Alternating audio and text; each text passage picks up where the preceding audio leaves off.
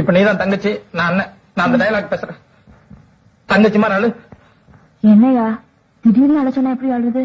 முயற்சி பண்ணி ஆளு. வராது.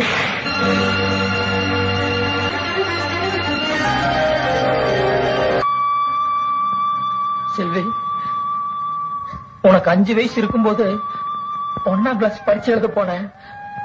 பார்த்து எழுதுமான்னு சொன்னேன்.